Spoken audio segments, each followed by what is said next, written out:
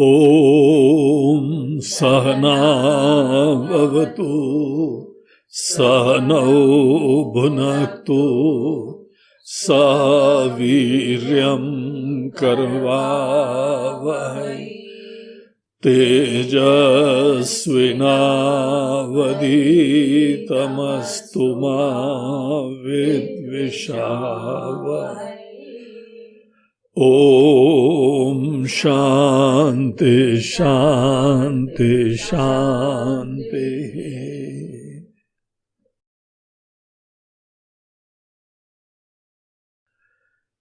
तो आइए हम लोग अपने इस अधिक मास के विशिष्ट अनुष्ठान में आगे बढ़े। और कल हम लोगों ने दूसरे अध्याय की जो अंतिम वल्ली है उसका श्री गणेश करा था, और उसमें हम लोगों को दिखाया गया कि ये जो पूरी दुनिया दिख रही है और जिसको हम लोगों ने अपने सुख दुख का साधन बना रखा है, ये सब दुनिया उल्टी पुल्टी है। उल्टा पुल्टा देखा है आपने? एक किसी जो है वह व्यक्ति के द्वारा सीरियल बनाया गया था, उल्टा पुल्टा, मजेदार था। और वो जो कुछ भी वहां देखते थे वो सब उल्टा पुल्टा हो जाता था। ये उल्टा पुल्टा का जो विचार है यजुर्वेद के कठोपनिषद ने पहली बार दिया था। ये दुनिया उल्टी पुल्टी है। जो हमको यहाँ पे पुल्टी दिख रही है वो उल्टी है। जो हमको यहाँ पे सच लग रही है वो यथार्थ नहीं है। इसीलिए तो जीवन भर चेष्टा करते, मेहनत करते हैं, और उसके उपरांत भी पानी में मीन प्यासी मुझे आवत हंसी हा हा हा। अब कोई जो है वह संत कहते हैं भाई कि यहां पे जो है देखो कैसी विचित्र दुनिया है। यही नहीं है कि कण कण में जो है हमारे राम जी हैं, लेकिन आपके भी हमारे भी रग रग में राम जी है। लेकिन हम जो देख रहे हैं वो ये तो नहीं देख रहे। हम जो देख रहे हैं वो उल्टा पुल्टा देख रहे हैं। कहां पे जो दिव्य सत्ता है उसको हम दीन देख रहे हैं, और जो यहां पे नाम रूपात्मक सृजन है, बाहर भी दुनिया को हम इतनी सतही नजरों से देखते हैं, उसके यथार्थ को तो कभी देखा ही नहीं। और यथार्थ को देखने का अनेकों पास टाइम भी नहीं है। हम देख रहे हैं कि ये कठोपनिषद के प्रवचन चल रहे हैं। हमारे कुछ बड़े डेडिकेटेड श्रोता हैं जो कि इसको बहुत नियमित रूप से देख रहे हैं। जहां इसकी पोस्टिंग होती है शाम को, वहां फटाफट जो है वो व्यूअरशिप चालू हो जाती है,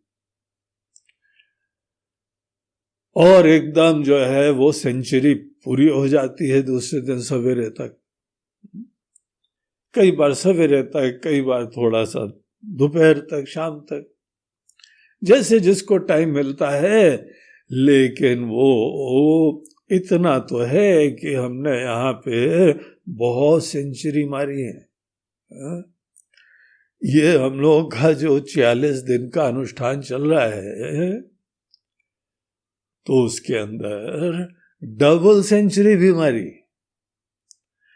अब हम अपने आप को बहला लें कि हमने सेंचुरी मारी, डबल सेंचुरी मारी, लेकिन यहां पर ये तो सोचो कि यहां पे ये YouTube पूरे दुनिया में व्याप्त है,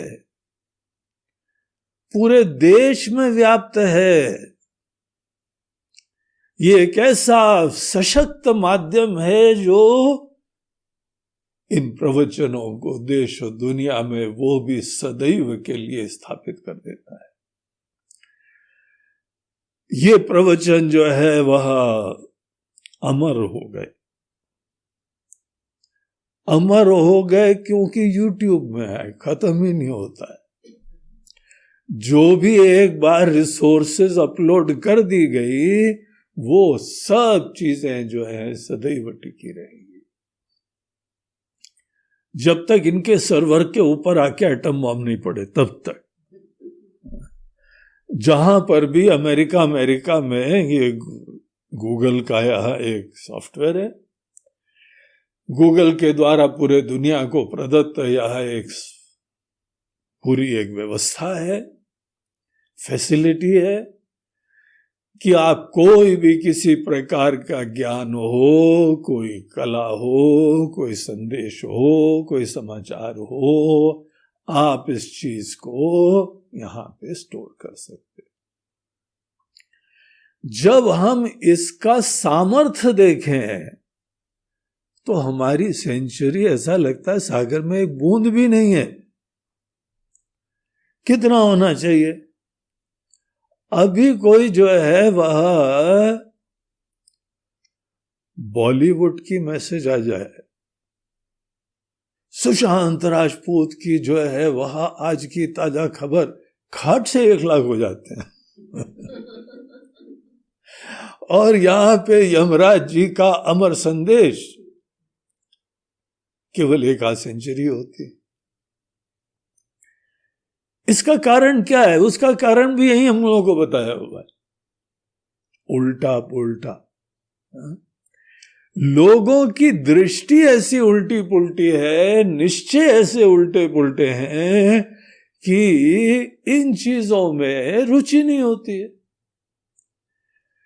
इसीलिए जिस व्यक्ति की अध्यात्म में, वेदांत में, उपनिषदों में श्रद्धा हो, रुचि हो, हम तो उसको भाई समझते हैं कि वो हजारों में, लाखों में एक है। लाखों में एक नहीं, करोड़ों में एक हो है। हमारे नियमित श्रोता लोग, आप सब करोड़ों में एक हो, और हम भी कई करोड़ों में एक ही है। ऐसा कोई बोलने वाला और आप जैसे सब नियमित सुनने वाले, हम लोगों की बड़ी छोटी सी एक दुनिया है। विशिष्ट एक्सक्लूसिव क्लब है ये हमारा, जो बाकी दुनिया जो है ना वो शेयर नहीं करती है। उनकी खुशियां अलग हैं। इसका रहस्य ही यहां पे तीसरी वल्ली के इस अध्याय के प्रारंभ में, अध्याय मतलब खंड वल्ली, इस वल्ली के प्रारंभ में हम लोगों को दिखाया गया कि सामान्यतः हर जीव जो देखता है उसको सच मान लेता है, और जो बहुत अच्छी तरह देखते हैं वो थोड़े संभलने लगते हैं। ये चक्कर क्या चल रहा है? महापुरी जो है वह नाक रगड़ डाली, सब चीजों के अंदर क्या कुछ नहीं करा, सब प्राप्त करा, सब अनुभव करा, जी जान से करा, दिलो जान से करा, जान की जान से करा, सब प्रकार की जान लगा दी, और उसके उपरांत भी आज भी पानी में मीन प्यासी। चक्कर क्या है? तो यहां पर सोच लीजिए कि हमारे आपके वेद, उपनिषद सैकड़ों वर्ष पूर्व ये बता के गए हैं कि ये दुनिया जैसी दिखती है वैसी है नहीं। दिखती है, इसमें तो कोई डाउट नहीं है, लेकिन कोई भी बुद्धिमान व्यक्ति कोई चीज दिख रही हो वैसी ही हो, इसको कभी भी नहीं लेना चाहिए। हम लोगों की स्कूल की शिक्षा विक्षा भी हमको यही तो दिखाती, आंख खोलती है, एकदम आश्चर्य लगता है।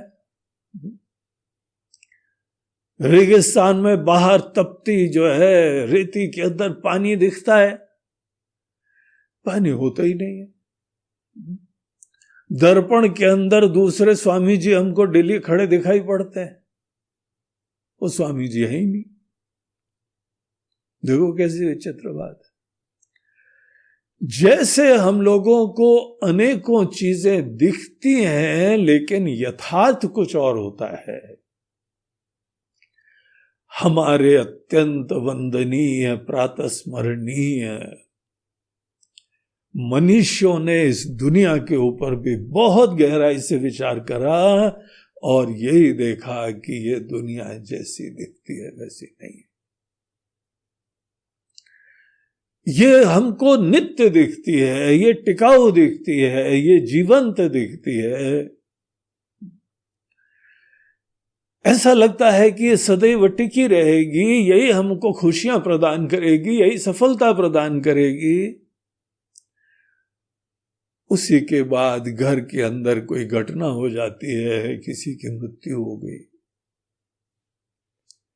पूरी दुनिया को छोड़ के चला गया। और अंतिम समय तक अगर यह सामान्य व्यक्ति रहा हो तो बाहर की चीजों के ही सपने चल रहे थे, आकांक्षाएं चल रही, सब धरे के धरे रहे, चुटकी भर में खत्म हो जाता है। और ऐसे लोगों को देखिए जो मरने के ही द्वारा शिक्षा प्राप्त हो यह आवश्यक नहीं है, यद्यपि मृत्यु बहुत बड़ी शिक्षक होती है, इसको आदर करना सीखो। मृत्यु जो है किसी की भी होती है, कहीं पर भी होती है, बहुत विचार की बात है, शॉकिंग चीज है ये। शॉकिंग किसके लिए है? हमारी धारणाओं के लिए है, हमारे नोशंस के लिए है। सब चीजें जो हैं जड़ तक हिल जाती है। लेकिन हम लोगों का कई बार ये वैराग्य शमशान वैराग्य बन के ही रह जाता है। 2 दिन के लिए बड़ा वैराग्य होता है दुनिया से, लेकिन इतना ठूस ठूस के भरा हुआ है ये मोह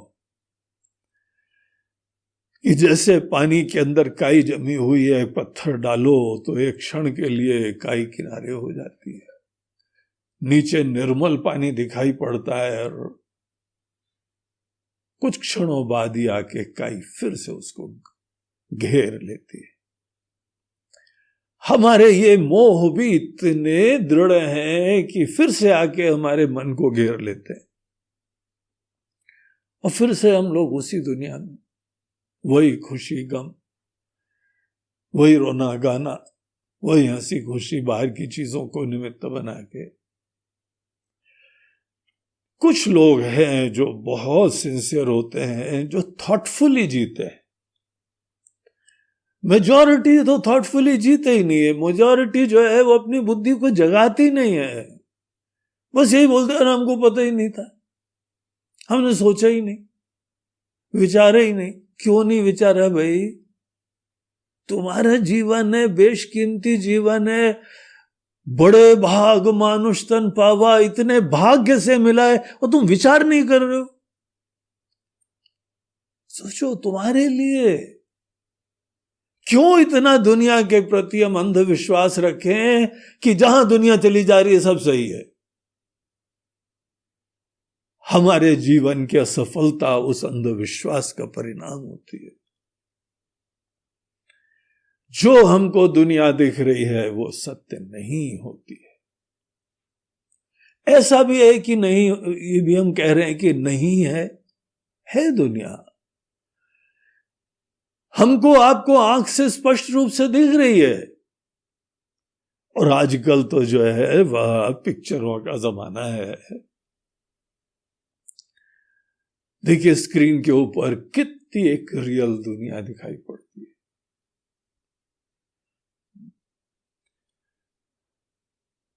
सब लोग अपने गम भूल जाते हैं, अपनी पीड़ाएं भूल जाते हैं, एक सपने की दुनिया में रम जाते हैं। और अभी तो टेक्नोलॉजी ऐसी हो गई कि 3D मूवी आ गई।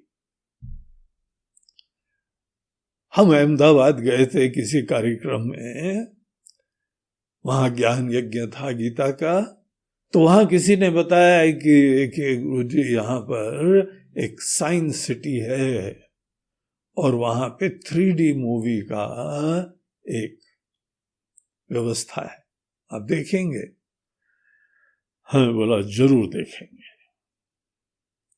हमको दिखे तो कि यहाँ पे मनुष्य की टेक्नोलॉजी के माध्यम से ऐसी दुनिया दिखती है जहां पर लेंथ ब्रेथ भी हो, डेप्थ भी हो। क्या अनुभव होता है? क्योंकि जो हम लोग यहां पे देख रहे हैं इसके अंदर जो है ये डायमेंशन लेंथ ब्रेथ के भी हैं और साथ साथ डेप्थ के भी हैं और एक टाइम का भी है, मूवमेंट का है। तो ये चीज जो है बड़ी अद्भुत अनुभव होती है। वहां पे पिक्चर में देखा कि एक कोई आदमी किसी खदान में पत्थर तोड़ रहा था।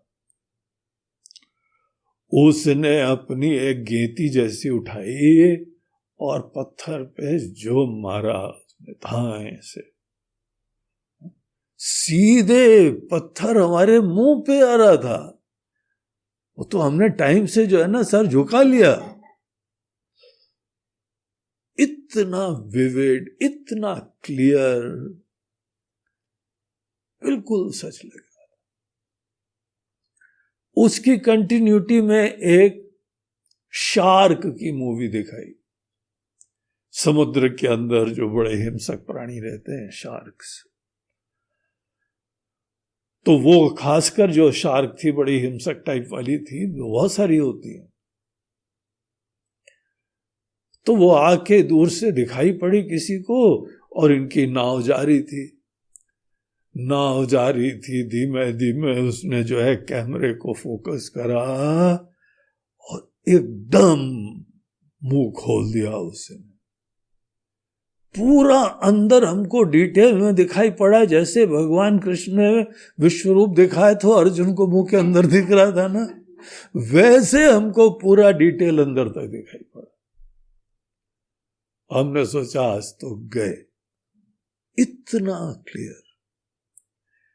अब बाकी पिक्चरों में तो दूर चलता रहता है, ये बड़ी भयंकर मूवी होती है। वहां लगता है कि हमको कवच कुंडल लगा के बैठना पड़ेगा, हाथ में तलवार लेके बैठना पड़ेगा। लेकिन जो साइड में ज्ञानी लोग होते हैं ना, वो मजा ले रहे होते हैं, हाथ हिलाता है, हाँ ठीक है ना महाराज जी। मैं बोला ये कहाँ ले आए भाई तो हमको है?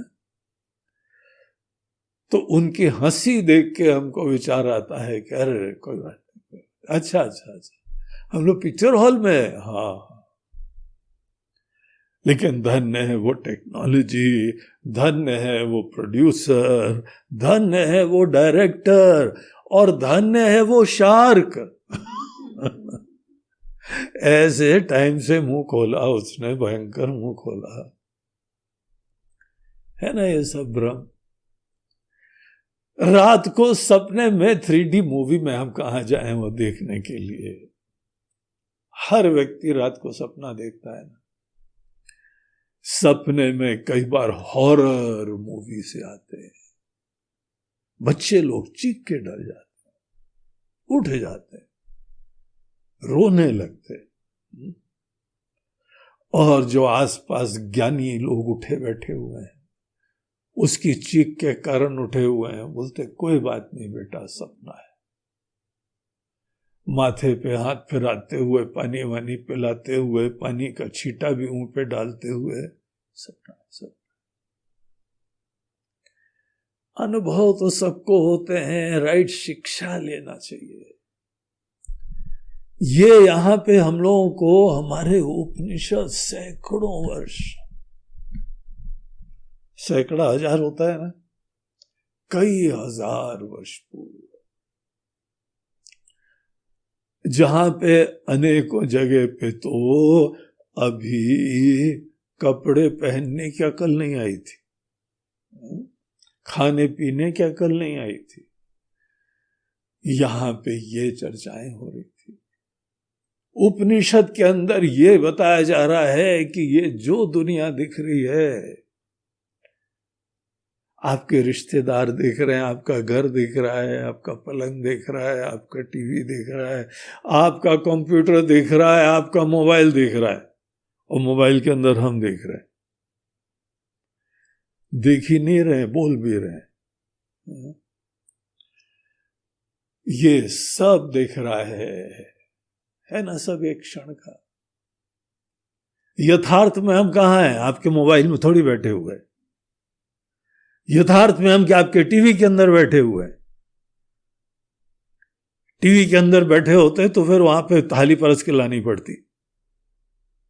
टीवी के अंदर बैठे होते तो पीछे से चाय भी देनी पड़ती टीवी के। कुछ नहीं है वहां पे, लेकिन तो भी हम देख रहे हैं। क्या शिक्षा मिलती है? उल्टा पुल्टा। और अगर ये किसी ने आपको शिक्षा नहीं दी तो हमारा क्या परिणाम होता है? इन्हीं चीजों की तरफ हम भागते रहेंगे। यही समस्त चीजें अनेक अनेक प्रकार की, हम इसी की सिद्धि करते रहेंगे। हमारे खुशी गम इन्हीं चीजों के ऊपर आश्रित रहेंगे।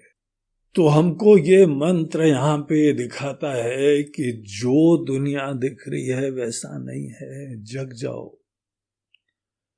बहुत सुंदर अपॉर्चुनिटी है मनुष्य जीवन, लेकिन अगर हमारी दृष्टि सतही रही, अज्ञानी लोगों का अनुकरण करा, अगर हमने श्रद्धा दुनिया के अज्ञानी मोहित लोगों के प्रति श्रद्धा रखी, हमारा जीवन खत्म हो जाए।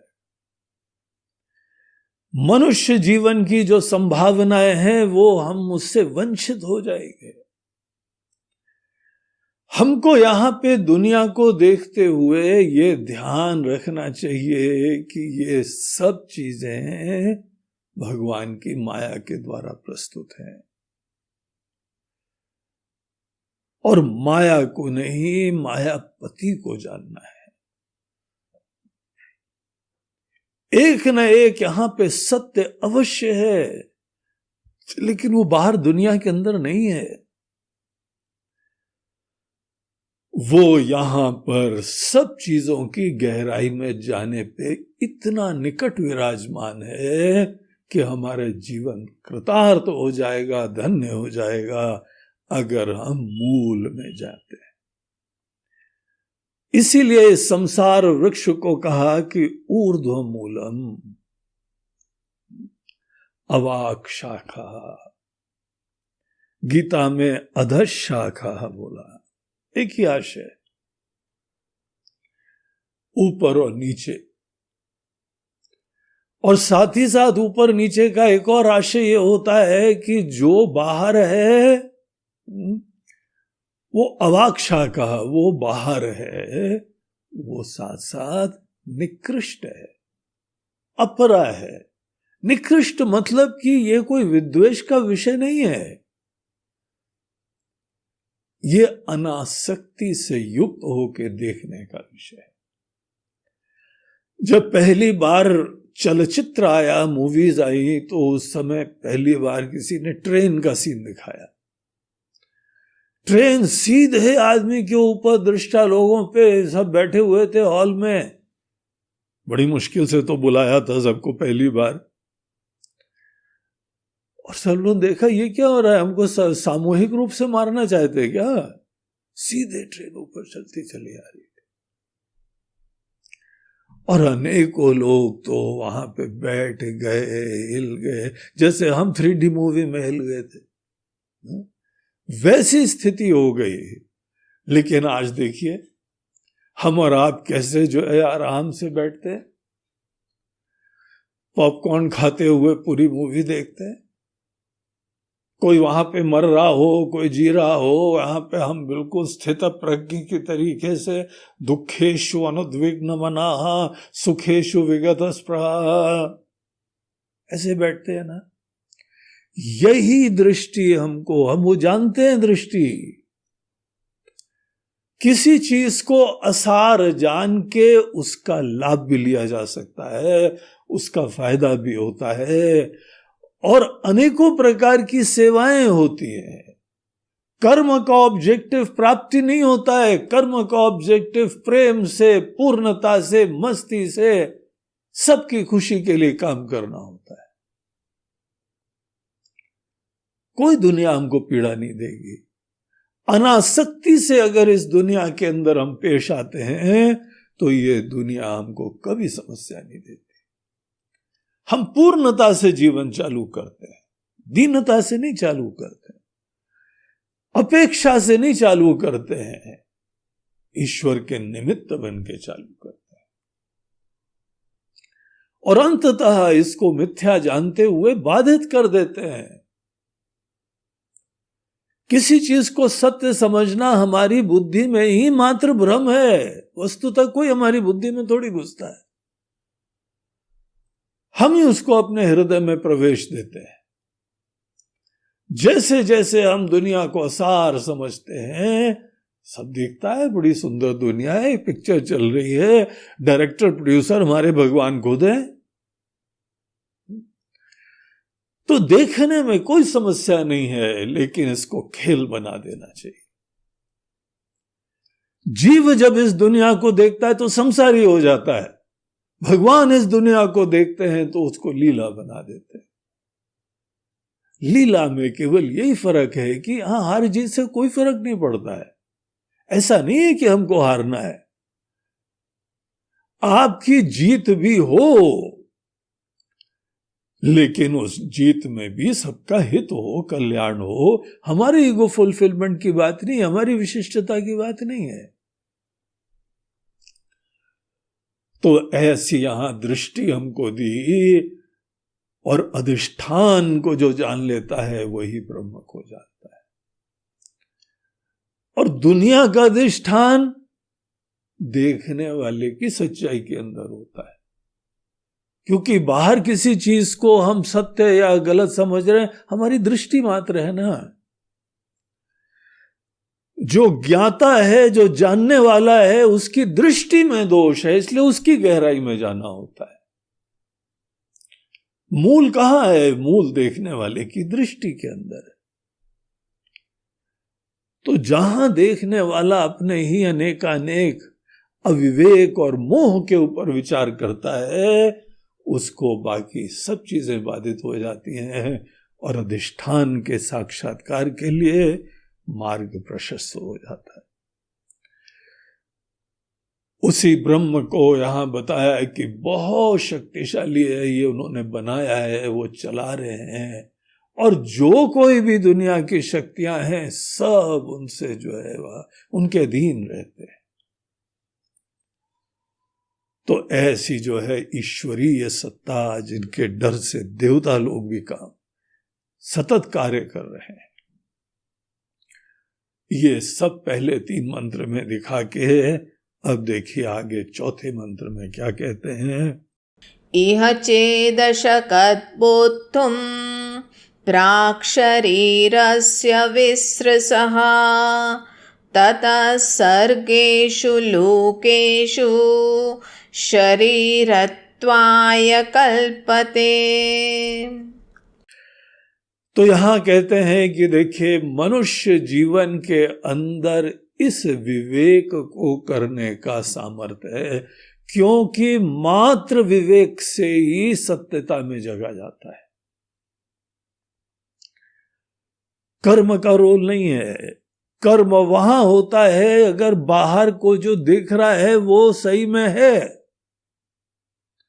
बाहर जो दिख रहा है आपकी द्वारा आरोपित अवधारणाएं हैं।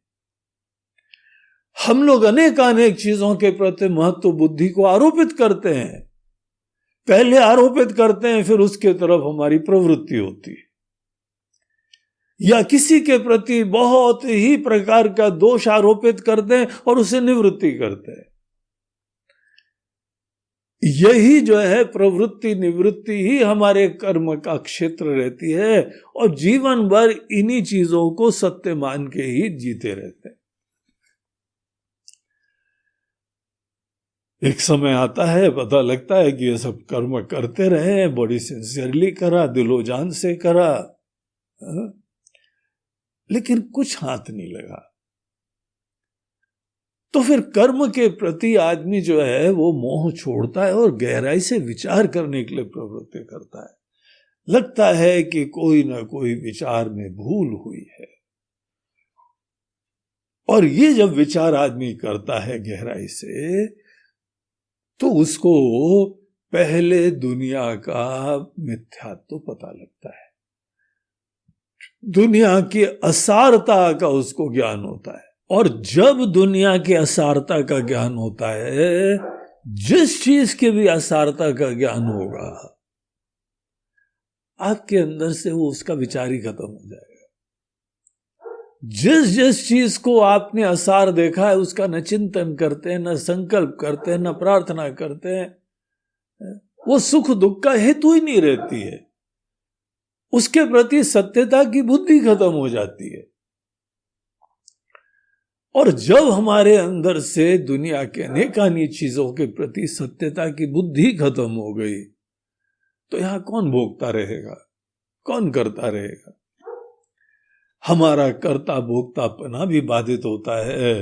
और जब ये सब कचरा खत्म हो जाता है, हम हैं, विचारवान हैं, विवेकी हैं, लेकिन नाम रूपात्मक सृष्टि का महत्व खत्म होता है, तब जैसे आपने कल्पित सांप को बाधित कर दिया तो अधिष्ठान रूपी रज्जु दिखाई पड़ जाता है,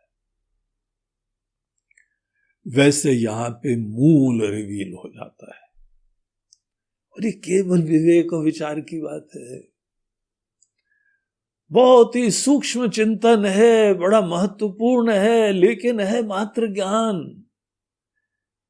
ज्ञान से ही मुक्ति प्राप्त होती है, कुछ करने का महत्व नहीं है।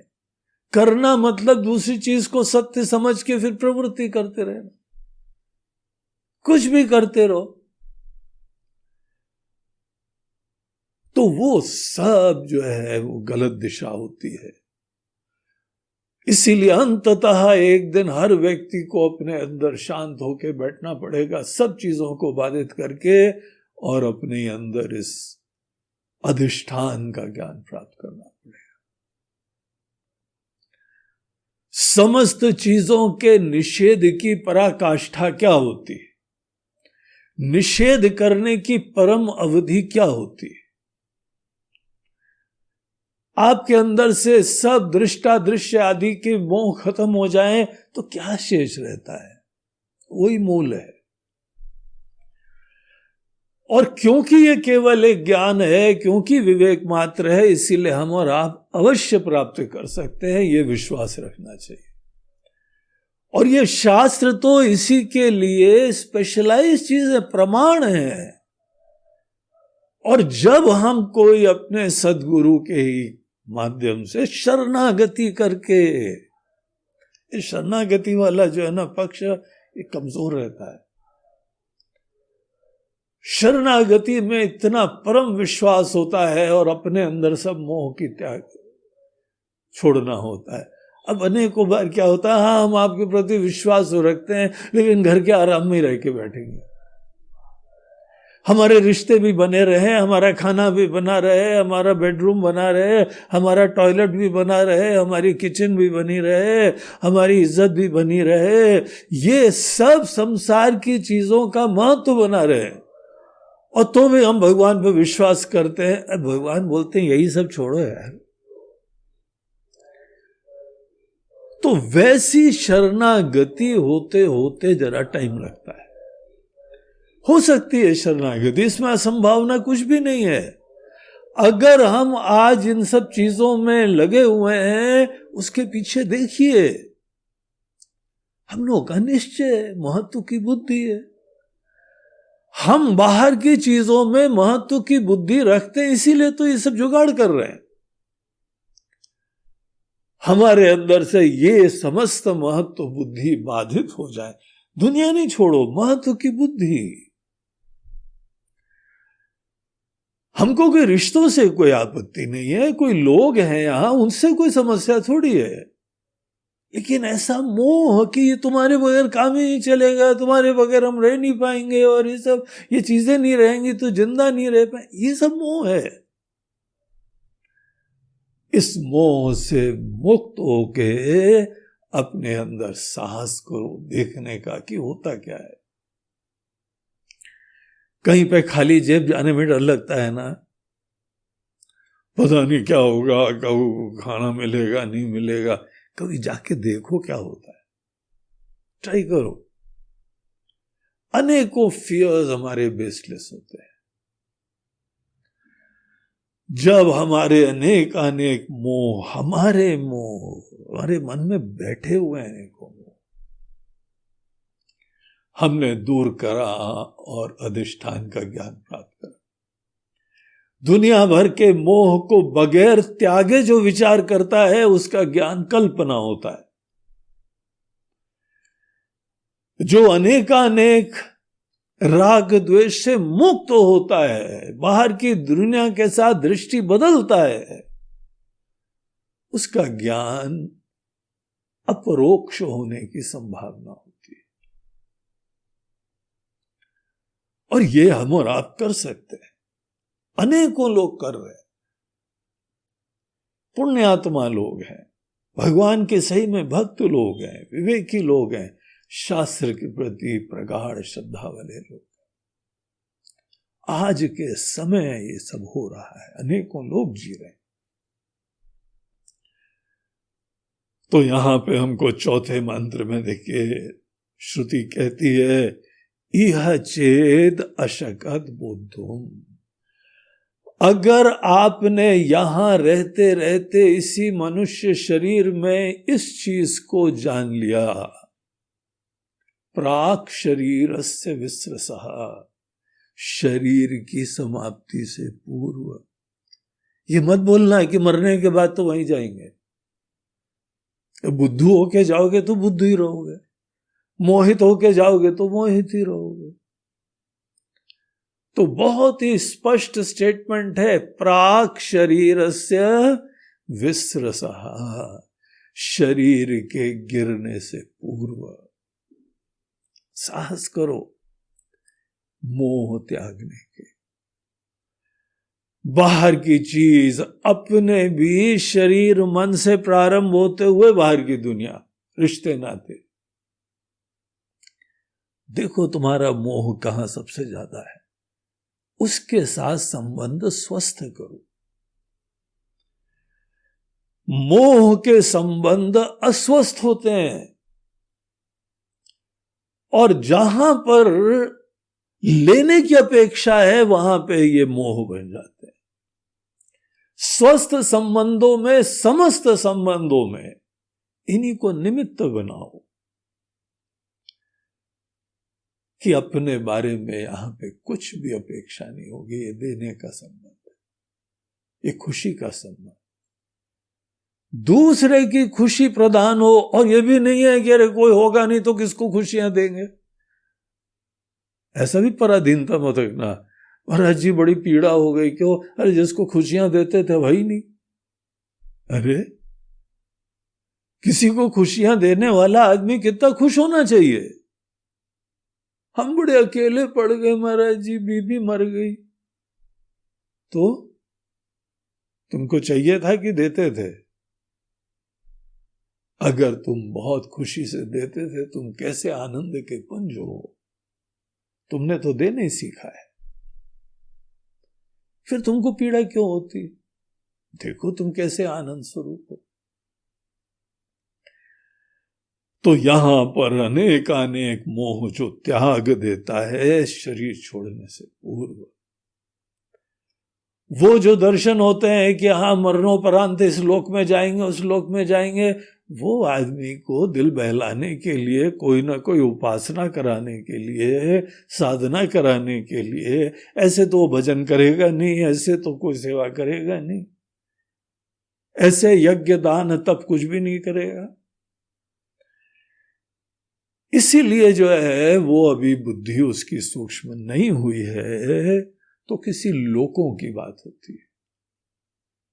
अन्यथा यहीं पे, ये उपनिषद का वचन है, हमारा नहीं है,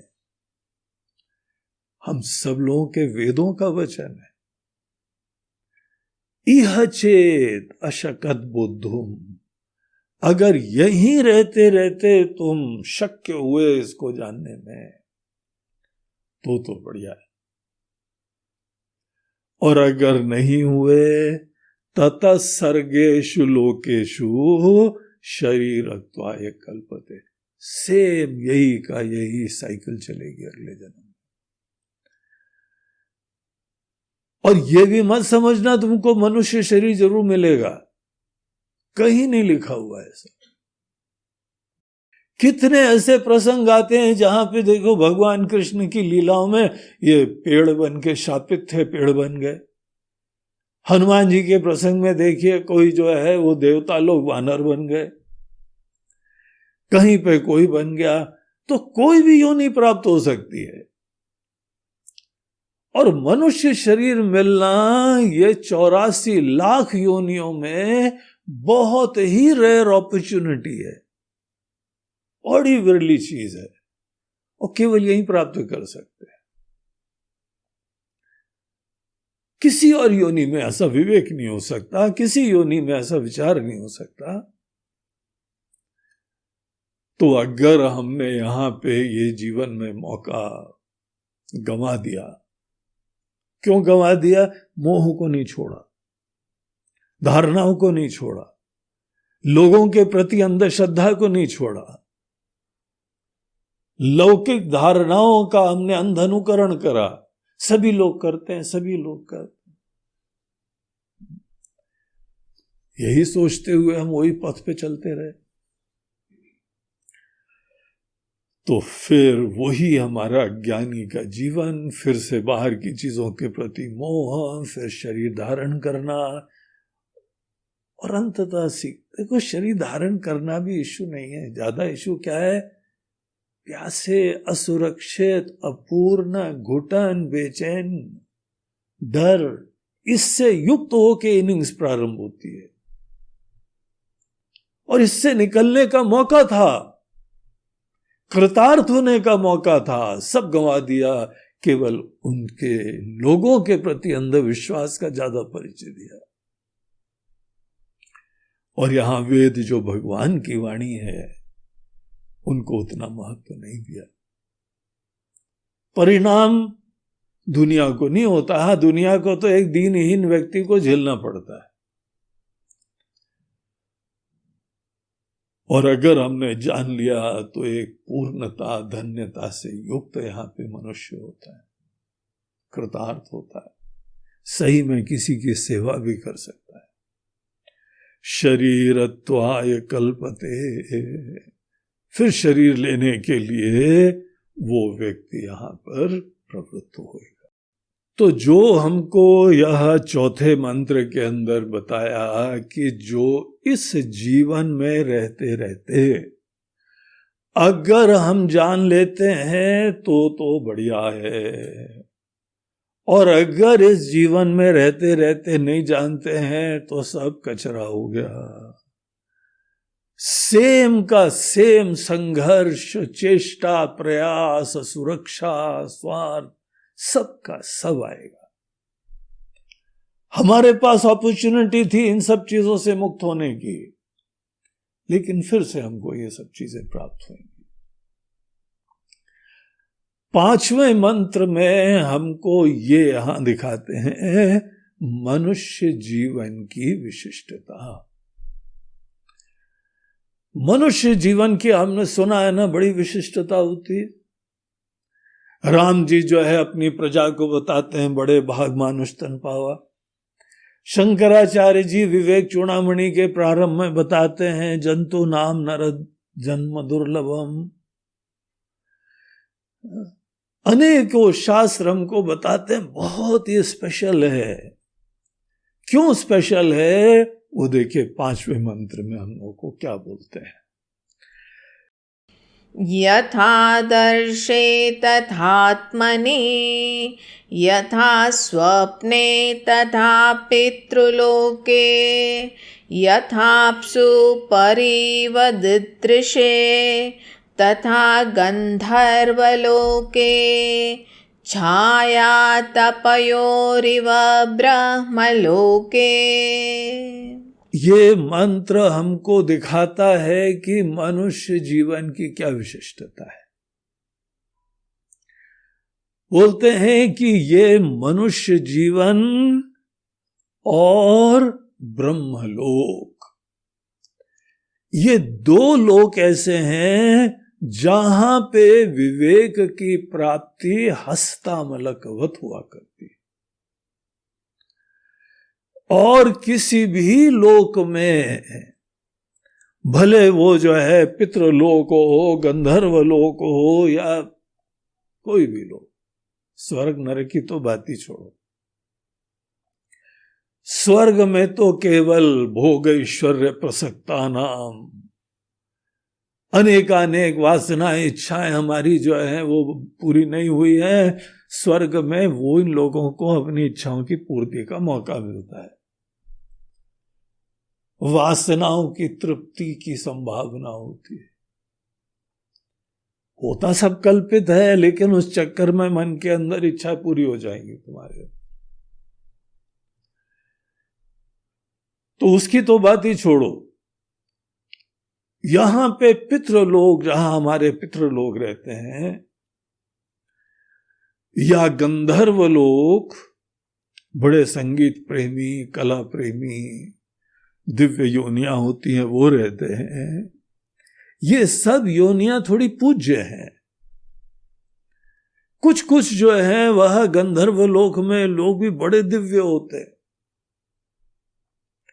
तो वो सब ठीक है। लेकिन उस अवस्था की विशिष्टता ऐसी होती है कि आदमी की बुद्धि बड़ी रेयरली सूक्ष्म होती, विवेकी बनती। तो मनुष्य शरीर के बारे में देखिए बताते हैं, यथा आदर्शे तथा आत्मनि।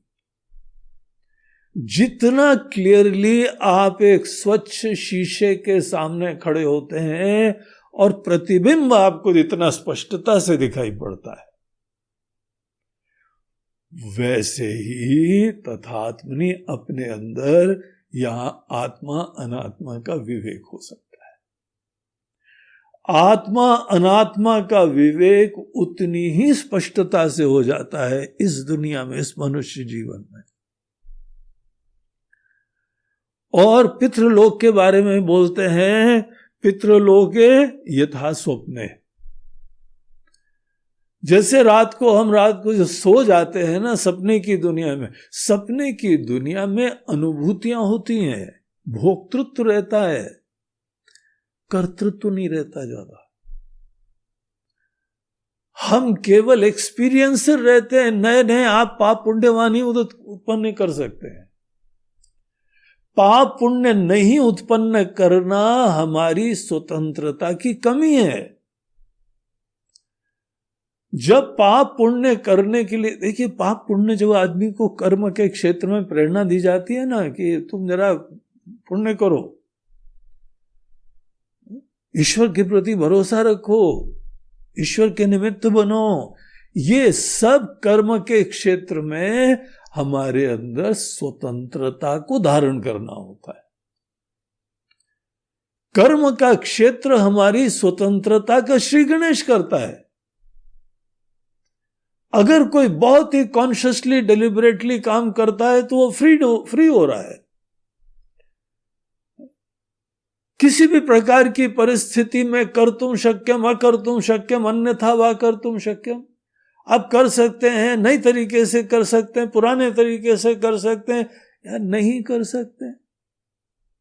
फ्री है ना, तभी तो ऐसी ऑप्शंस एक्सरसाइज करते हैं। कर्म की स्वतंत्रता ही हमारी स्वतंत्रता को धारण करने का श्री गणेश होती है।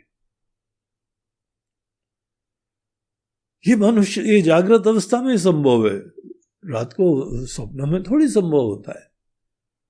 तो दिखाता है कैसी, देखिए स्वतंत्रता कम हो गई हमारी, केवल भोग रहे हैं, वासनाएं हैं, जैसे भी मन के अंदर संस्कार हैं, मन में जब प्रेशर कम हो गया, वो इच्छाओं की पूर्ति कर ली, नए नहीं उत्पन्न कर सकते हो। तो जैसे स्वप्न के अंदर हम केवल भोगता ज्यादा रहते हैं, पितृलोक में भी आदमी अपने कर्मों के प्रभाव से अनेकानेक अनुभव करता रहेगा। न वहां पे कर्म नहीं कर सकता, स्वतंत्र नहीं हो सकता, देयरफॉर विवेक नहीं प्राप्त हो सकता। हाँ, वो बहुत ही आपके प्रति स्नेह है, पितृलोक में आपके पितरों को आपके प्रति आशीर्वाद देंगे। उनके आशीर्वाद की अगर आपको जरूरत लगती है तो पितरों का सदैव आशीर्वाद मिल सकता है, कि मुक्ति उक्ति नहीं मिलती पितरों को। पितृलोक में जाने के बाद उनकी पूरी साइकिल से गुजरना पड़ता है और दोबारा उनको जन्म लेना पड़ता है। दोबारा जन्म लेके फिर यहां अगर ब्रह्म ज्ञान प्राप्त करते हैं तो बस काम बनता है। तो पितृलोक आउट ऑफ क्वेश्चन। अच्छा, ये गंधर्व लोग, जी गंधर्व लोक में चले गए, कला प्रेमी, म्यूजिक और डांस और ये वो, तो बोलते हैं कि यथा अप्सु परिवद दृश्य तथा गंधर्व लोके। जैसे कोई व्यक्ति जल के अंदर प्रतिबिंब देखता है। अब जल के अंदर प्रतिबिंब, किसी कोई जल बहुत स्थिर हो तो थोड़ी देर दिखाई पड़ जाएगा, एक हवा का झोंका भी आया, क्योंकि वहां बड़े म्यूजिशियन रहते हैं, आलाप लगाने लगे, फिर आप देख रहे थे प्रतिबिंब, एकदम हवा का झोंका आया, प्रतिबिंब खंडित हो गया। वो स्थिर रहता है, अस्पष्ट भी रहता है और अस्थिर भी रहता है। वहां पे विवेक की प्राप्ति वहां पर भी संभव नहीं होती है। जैसे कोई व्यक्ति अस्थिर जल में प्रतिबिंब नहीं देख सकता है तो क्या ज्ञान प्राप्त करेगा? तो वो भी रूल आउट हो जाता है। और दूसरा जो बोलते हैं, एकमात्र संभावना एक और होती है, ब्रह्मलोक। एक ब्रह्मलोक होता है जो कि यहां पे बहुत पुण्य और विशेष उपासना के द्वारा प्राप्त होता है, बहुत ही रेयर होता है, लेकिन ऐसी मृत्यु हुआ करती है। ब्रह्मलोक भी जो प्राप्त करते हैं वो भी तत्व के अज्ञानी होते हैं। ब्रह्मलोक में आनंद मिलेगा, यही अज्ञान का सूचक है। क्यों भैया ब्रह्मलोक जाना है? तुम ही वो हो, तत्वमसि। नहीं, ब्रह्मलोक जाके आनंद प्राप्त करेंगे तो वो अज्ञानी लोग हैं, मोहित हैं वो भी। लेकिन हां, ब्रह्मलोक जाने के बाद वहां पे सत्संग ब्रह्मा जी का मिलता है, और ब्रह्मा जी वेदांत उपनिषद के अलावा बात नहीं करते हैं। समझ जाना, यहीं पढ़ लो। नहीं तो इतना लंबा चौड़ा जो है ना, वो ब्रह्मलोक की साधना करोगे जाके, वहां पे यही सुनने को मिलेगा। ये शास्त्र बोल रहे हैं, हम नहीं बोल रहे। तो छाया तपयोः इव ब्रह्मलोके, इतना स्पष्ट विवेक ब्रह्मलोक में संभव है जैसे प्रकाश और अंधकार। प्रकाश और अंधकार में जैसे किसी को भ्रम नहीं होता है, वैसे ही ब्रह्मलोक में आत्मा अनात्मा में अविवेक की संभावना बहुत ही क्षीण हो जाती है। ये यहां पे मंत्र मनुष्य जीवन की विशिष्टता की ही प्रतिपादन कर रहा है, स्तुति कर रहा है। देखो अभी अपॉर्चुनिटी है, यहां तुमको आत्मा अनात्मा का विवेक, जड़ चेतन का विवेक इतना स्पष्ट हो सकता है यथा आदर्शे।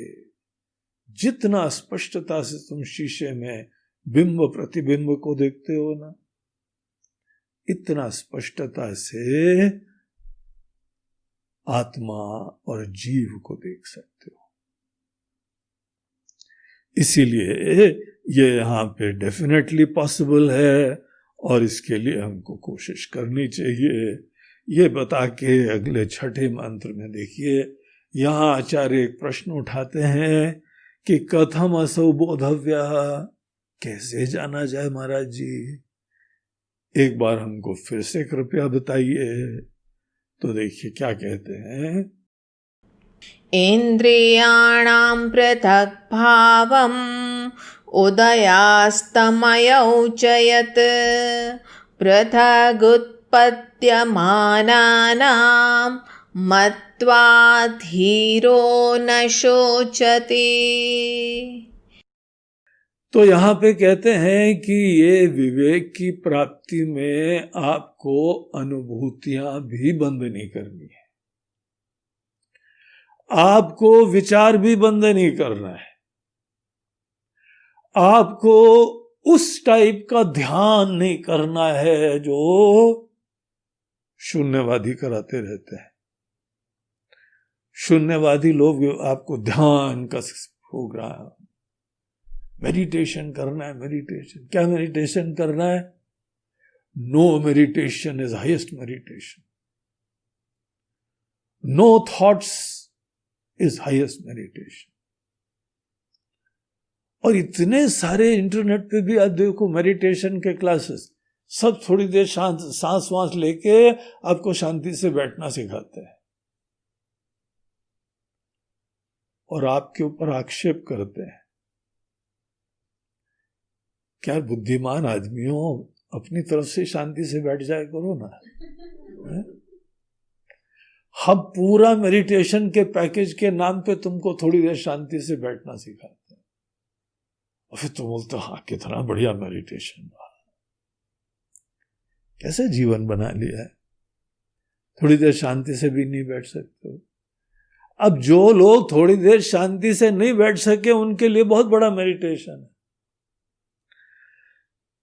लेकिन जो विचारवान बुद्धिमान धर्म पथ पे अच्छे लोग हैं जो चलने वाले, उनका मन शांत नहीं होता है, साफ सुथरा मन होता है, दिलो जान से ईश्वर की भक्ति से प्रेरित होते हुए उनके आदेश से जीवन जीते हैं। ऐसे लोगों का मन बड़ा शांत प्रसन्न होता है। जिसका मन शांत प्रसन्न है उसको मन को शांत थोड़ी करना, उसका मेडिटेशन ये नहीं हो सकता है कि थोड़ी देर मन शांत करो। बोलो पहले ही से आगे बोलो ना महाराज, हमारे अंदर कोई अशांति नहीं, बड़ी सब भगवान की कृपा है। मेडिटेशन क्या है? बोलते भैया हमारा मेडिटेशन शांति तक ही था, आगे हमको पता ही नहीं क्या होता है। वो मेडिटेशन वेदांतों में नहीं बताया जाता है। वेदांत में जो साधन चतुष्टय संपन्न अधिकारी होते हैं, शम दम आदि से गुणों से संपन्न होते, चित्त समाहित होता है, बाहर अनेकानेक चीजों में वैराग्य होता है और अपने विवेक को और स्पष्ट बनाने की सतत कोशिशें होती हैं, ऐसे लोगों के लिए वेदांत होता है। उनके लिए कहते हैं कि यहां पर रहते हुए आप नित्य और अनित्य के प्रति जगने की कोशिश करते हो और उसके लिए एक एक्सरसाइज देते हैं। बोलते हैं जब भी इंद्रियां अपना काम करती है तो आप इंद्रिय की अनुभूतियों के बारे में एक सजगता रखो। क्या सजगता है? इंद्रियाणाम पृथक भावम उदय अस्तमयौ चयत। देखिए, इंद्रियां जो है जब काम करती है ना, तो यहां पर इंद्रियों की उत्पत्ति का रहस्य बताते हुए कहा गया कि 5 महाभूत जो होते हैं, इन 5 महाभूत के सात्विक अंश से एक एक इंद्रिय बनती है, और इन्हीं 5 महाभूत के तामसी अंश से विषय बनते हैं। तो क्या हुआ अनुभूति? 5 महाभूत के अपने अपने सात्विक अंश से प्रेरित होके ऊर्जा रजोगुण का अंश प्रदान करता है, और विषय उन्हीं 5 महाभूतों के तमोगुण के अंश है। तो इंद्रियों की अनुभूति की पूरी प्रक्रिया क्या हुई? गुणा गुणेषु वर्तन्ते इति मत्वा न सज्जते। देखो, ये वाक्य नहीं रहे, ये यथार्थ बनना चाहिए। और ये भी कि एक अवस्था विशेष में इंद्रियां जगती हैं, उदय होता है, और एक अवस्था विशेष में इनका लय हो जाता है। होता है कि नहीं होता है? मुंडी हिलाओ सब लोग। दाएं वाली, दाएं बाएं वाली नहीं, ऊपर नीचे वाली। हाँ, होता है। जब हम जगे या जिस समय स्वप्न में है, अनुभूतियां हो रही हैं, अनुभूतियां हो रही हैं तो इंद्रियां विराजमान है। जागृत और स्वप्न में हमारी इंद्रियों का उदय होता है। गहरी निद्रा में, बेहोशी में इंद्रियों का अस्त हो जाता है, अर्थात अनुभूतियां नहीं होती हैं। जब हमको इंद्रियों की एक अवस्था विशेष में अनुभूतियां होती हैं, इंद्रियों की और इंद्रियों के द्वारा बाहर की दुनिया की, जब इंद्रियों की अनुभूति हो रही हो तो देखो, गुणा गुणेषु वर्तन्ते, एक गुण दूसरे गुण में ही खेल रहा है। बड़ी सच्चाई है, बड़ी इंटरेस्टिंग है। अगर ये बात टच करती ना, हिट करती है, तो आप विरक्त हो जाओगे। सब राग द्वेष खत्म हो जाएंगे इस वाक्य को जानने से। इस सतही धरातल पे मशीन चल रही केवल, और ये पूरा जितना व्यवस्था है इंद्रिय की और विषय की और अनुभूति की, एक समय उदित हुआ, एक समय शांत हो गया। जब उदित हुआ तो भी हम कॉन्शियस रहते हैं, और जब हमारे मन के अंदर सब विचार आदि, इच्छा, अनुभूतियां सब थोड़ी देर विश्रांति को प्राप्त हुई, शांत हुई, आप उस समय शांत मन को भी देखते हैं। क्या समझे? इतने से ही बहुत बड़ी बात समझे। ये समझे कि ये आत्मा के द्वारा कोई क्रिया नहीं होती है, आत्मा के द्वारा कोई भोक्तृत्व नहीं होता है, आत्मा के द्वारा प्रवृत्ति नहीं होती है। हम एक ऐसे दृष्टा हैं जो इस पूरे माया के खेल को प्रकाशित भी करते हैं और ऊर्जान्वित भी करते हैं। आपके आशीर्वाद और सन्निधि में ही समस्त इंद्रियां अपना अपना काम करती हैं। आपका आशीर्वाद ना हो तो इंद्रियां काम करें क्या? आप मर जाओगे, आपकी इंद्रियां काम करेगी? हम ये नहीं कहते मर जाओ, अगर मर जाओगे, जब मरोगे तो घर वाले बोलेंगे, अरे एक बार आँख खोल लो, बेटा आ गया है, ट्रेन लेट हो गई थी, एक बार देख लो, और यहाँ पे कम से कम विल पे साइन तो कर जाओ। विल पे साइन भी नहीं करी और चले गए। ना हाथ काम करेगा, ना कान काम करेगा, ना आँख काम करेगी, और असली खजाना कहाँ छुपाया है वो जवान भी नहीं बताई। इसीलिए पहले ये सब बाय द वे ये भी कर डालो पहले, हाँ? लेकिन ये भी यहां सीखो, इंद्रियों का उदय होना और अस्त होना, और जब उदय हो जाती हैं तो यहाँ पे पूरे खेल का रहस्य क्या होना। ये इंद्रियों की अनुभूति के समय विवेक की प्राप्ति की जरूरत है। जब हम इस विवेक को प्राप्त करते हैं तो आत्मा सब अध्यारोपों से मुक्त होती जाती है। कर्तृत्व, भोक्तृत्व, क्रिया, प्रवृत्ति, निवृत्ति, सब चीजों से हम मुक्त होते जाएंगे। फिर ये थोड़ी बोलना पड़ेगा, महाराज जी बस एक बार भगवान का दर्शन करने की चाहे। किसको भैया? ये कौन मिस्टर भोक्ता है? क्यों अनुभूति करनी है? किसकी अनुभूति करनी है? महाराज जी यही प्यासा। ये विवेक उस प्यासा का रहस्य स्पष्ट कर देता है। उस दर्शनाभिलाषी की जो है बात स्पष्ट कर देता है। मोह के चक्कर में थे, जबरदस्ती आत्मा के अंदर जो है ना दीनता, अपेक्षा आरोपित करी हुई है। ये वो विवेक है जो हमारे उन फंडामेंटल मोह को खत्म करता है।